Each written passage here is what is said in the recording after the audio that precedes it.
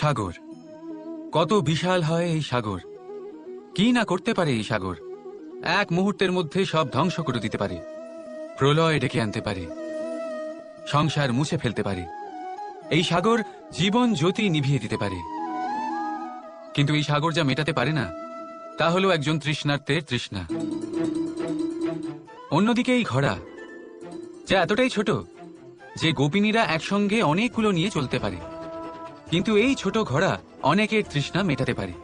এবার বলুন, জল সাগরেও আছে, আবার এই ঘোড়াতেও। তাহলে পার্থক্য কোথায়? এখানে পার্থক্য হলো তাদের আচরণের মধ্যে।